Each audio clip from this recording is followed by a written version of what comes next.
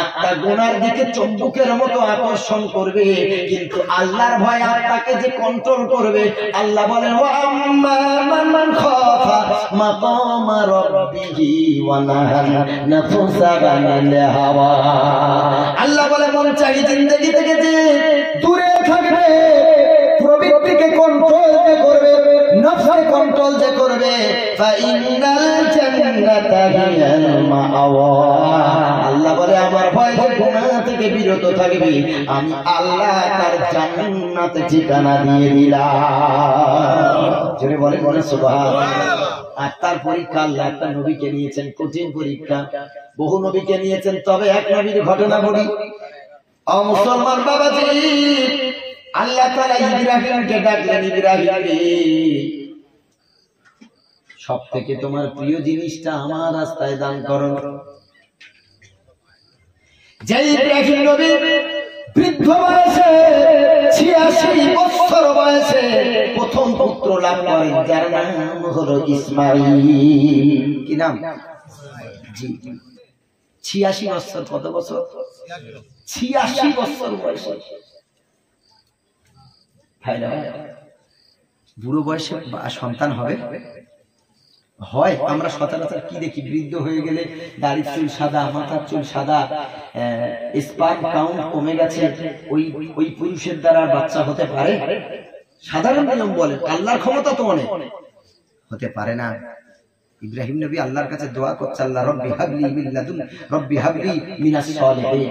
আয় আল্লাহ, রব্বানা হাব লানা মিন আজওয়াজিনা ওয়া যুররিয়াতিনা কুররাতা আ'য়ুনিন ওয়াজআলনা লিল মুত্তাকিনা ইমামা। আয় আল্লাহ, আমি তো বুড়ো হয়ে গেছি, আমার নাসলটা কে ধরে রাখবে? তুমি আমার একটা সন্তান দাও না গো আল্লাহ।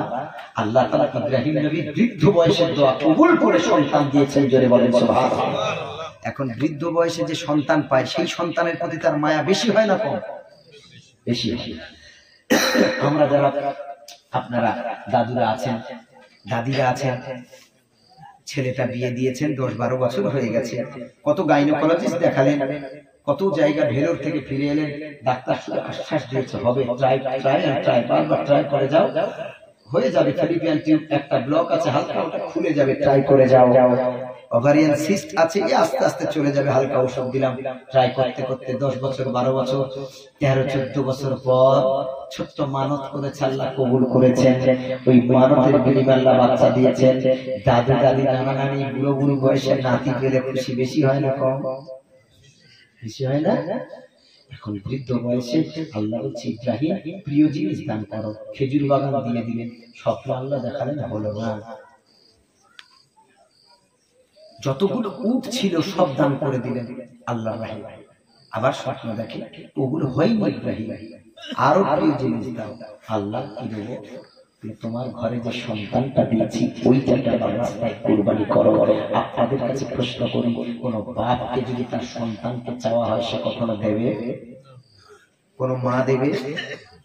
সে যদি নিজের ভাই হয়, নিজের বোন হয়, যদি বলে আমি তো নিজের বোন, আমি বিয়ে করেছি, আমার একটা বাচ্চা কাচ্চা নেই, তোর তো 3-4টে, একটা দে, আমি আপনি দেবো? সত্যি কথা বলবো, দেব। কারণ বাচ্চার টান, কলিজার টুকরা, নারী ছিঁড়ে এসেছে, 32টা নারী ছিঁড়ে এসেছে একটা বাচ্চা দুনিয়াতে। তার সাথে তার মায়ের হৃদয়তা, তার মায়ের হৃদয়ের একটা সম্পর্ক আছে, তার বাবার একটা সম্পর্ক আছে। সব দিতে পারি, সন্তান দিতে পারি না।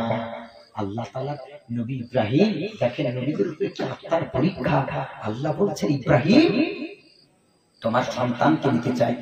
আমাদের নবী, আমাদের আব্বা ইব্রাহিম আলাইহিস সালাম, তিনি কি না করেছিলেন না হ্যাঁ করেছিলেন? বলে জি, কত বড় পরীক্ষা। দেখেন, তিনি তো বলতে পারতেন, আল্লাহ এই বুড়ো বয়সে একটা বাচ্চা দিয়েছো, আবার তুমি নেবে বলছো? হায় আল্লাহ, তুমি অন্য কিছু চাও দিয়ে দেবো। এটা বলতে সুযোগ ছিল না? ছিল না। তিনি তো নবী মানুষ, তিনি যদি বলতেন তো আল্লাহ তাআলা তার দোয়া তো কবুল করতেন, কিন্তু তিনি করেন আল্লাহ রাজি, তুমি এতে খুশি, আমি এতে খুশি। জোরে বলেন সুবহানাল্লাহ। এই ছিল তার ঈমান। ছেলেকে ডেকে বলে, ইসমাঈল শোন, ইন্নী আযবাহুকা ফানজুর মাযা তারা। ইসমাঈল, ইন্নী আযবাহুকা, আমি তোমাকে জবাই করব, আল্লাহর রাস্তায় তোমাকে জবাহ করব। ফানজুর মাযা তারা, তুমি কি বলতে চাইছো, তোমার মত কি? ইব্রাহিম ইসমাইল আলাইহিস সালাম ছোট্ট বয়সে কি উত্তর দিয়েছে দেখে। হযরত ইব্রাহিম আলাইহিস সালাম যখন ছেলেকে ডেকে বললেন, ছেলে রে, আমি তোমাকে জবাই করতে চাই, আল্লাহর রাহে তোমাকে আমি দিতে চাই, উৎসর্গ করতে চাই।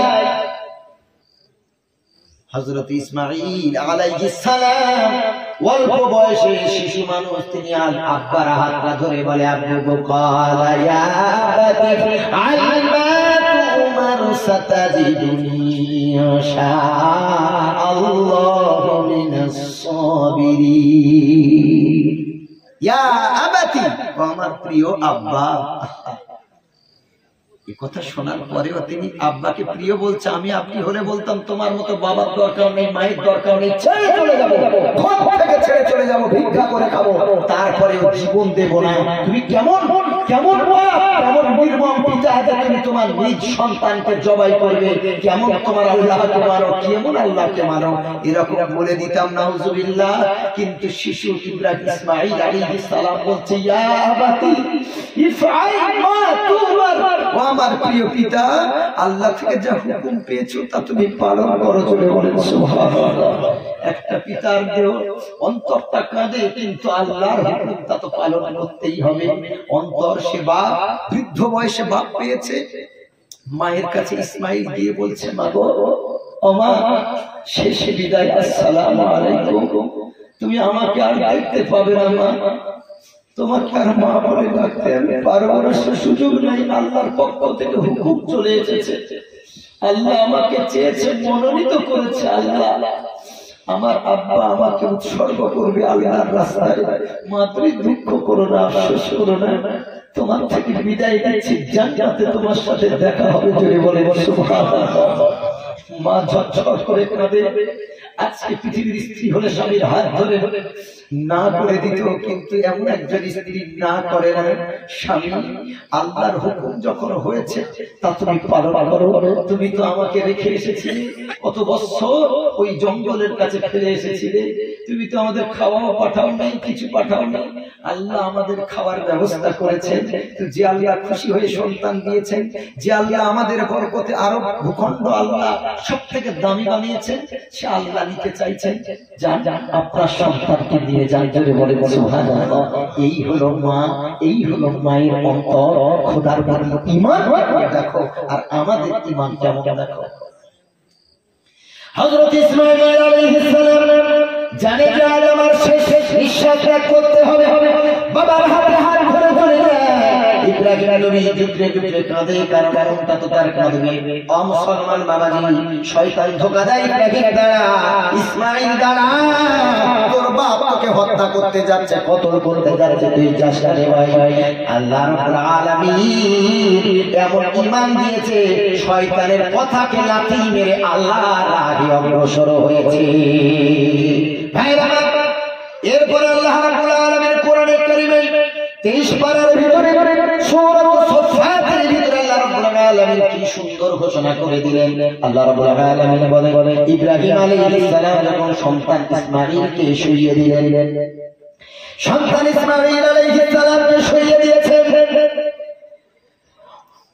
ওয়াতাল্লাহু লিল জাবিন, ডান্ডা করে শুইয়ে দেওয়া হলো, মাথাটা কপালটা একটু ঘুরিয়ে দেওয়া হলো। এরপরে যখন তিনি তলোয়ার চালাবেন, এত তার ধারালো অস্ত্র বারবার পচায়, কিন্তু তলোয়ার চলে না।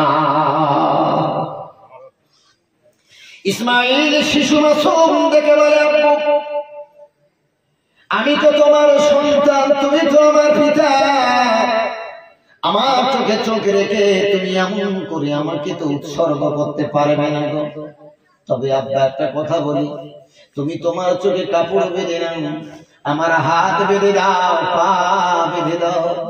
তুমি যখন আমাকে জবাই করবে, আমি যদি ছটকাই, তুমি কষ্ট পাবে গো আব্বা, তুমি সহ্য করতে পারবে না, আমার হাত পা বেঁধে দাও। ইব্রাহিম আলাইহিস সালাম হাত বেঁধে দিলেন, পা বেঁধে দিলেন।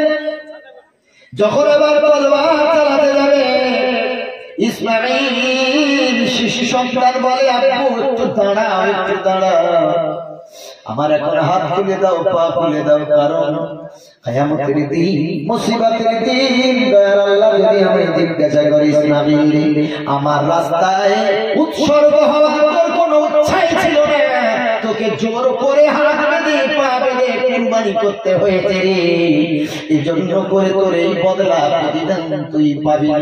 ও আব্বু আমার হাত খুলে দাও, আমার পা খুলে দাও, তুমি তলোয়ার চালাও, আমি আমাকে সাতাজিদুনি ইনশাআল্লাহ মিনাস সাবিরিন। দেখছে আব্বা ভেঙে পড়েছে, কাঁদে, এজন্য আব্বাকে সান্ত্বনা দেয়, আব্বাকে সান্ত্বনার বাণী দেয়, আব্বা গো সাতাজিদুনি ইনশাআল্লাহ মিনাস সাবিরিন, তুমি আমাকে ধৈর্যশীল পাবে আব্বা, তুমি আমাকে ধৈর্যশীল পাবে, আমি ধৈর্য ধরে আছি, তুমি ফোন দাও, তুমি তলোয়ার চালাও, আমি নড়বো না, চড়বো না, আমি খাদবো না গো আব্বা।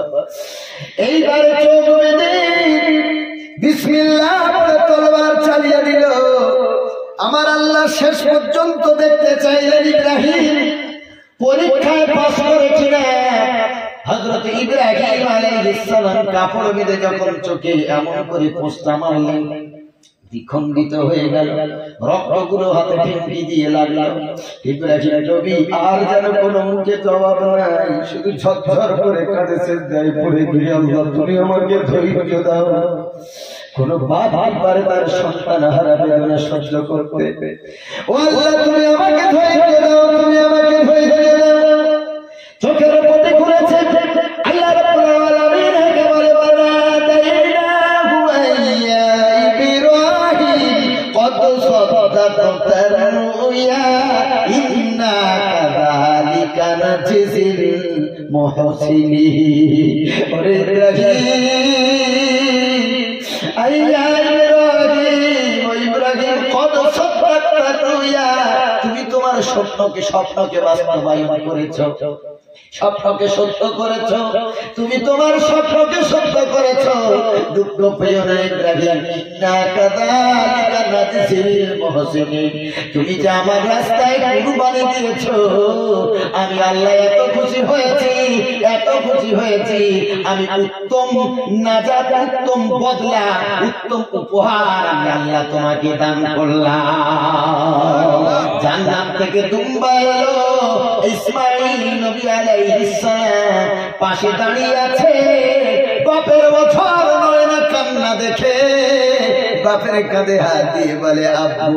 হযরত ইব্রাহিম আলাইহিস সালাম চমকে উঠে আল্লাহু আকবার আলহামদুলিল্লাহ শুকরিয়া আদায় করলো, চোখের পটি খুলে দেখলো ইসমাঈল পাশে দাঁড়িয়ে জান্নাতের দুম্বা কুরবানি হয়ে গেছে।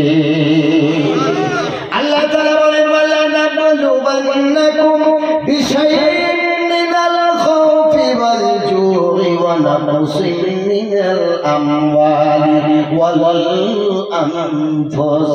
এই বান্দা 4 নম্বর পরীক্ষা আমি আত্মার পরীক্ষা নেব রে। তোমার কাছ থেকে তোমার বেটা কেড়ে নেব, তোমার কাছ থেকে তোমার মা কেড়ে নেব, তোমার কাছ থেকে তোমার বাপ কেড়ে নেব, তোমার মেয়ে কেড়ে নেব। তুমি এমন করে শোক পালন করো না, এমন করে কেঁদো না, কারণ আমার জিনিস আমি নিয়ে নেব। তুমি আমার কাছে দোয়া চাও, মাগফিরাত চাও, তুমি গালে চড় মেরো না, জাহিল যুগের মতো কেঁদো না। তোমার কান্নায় তোমার পরিবারের মাইয়েতে কষ্ট পায়। নবী মুহাম্মদ রাসূলুল্লাহ সাল্লাল্লাহু আলাইহি ওয়াসাল্লাম বলেছেন মান লাতামাল খুদুদা ওয়া শাফাল জুয়ুবা ওয়া দারা বিদাওয়াল জাহিলিয়া ওয়া লাইসা মিন্না। আল্লাহ নবী মুহাম্মদ রাসূলুল্লাহ সাল্লাল্লাহু আলাইহি ওয়াসাল্লাম বলেন যখন কোন বাড়িতে কেউ মারা যায়, যখন কেউ ইন্তেকাল করে, তার শোক পালন করতে গিয়ে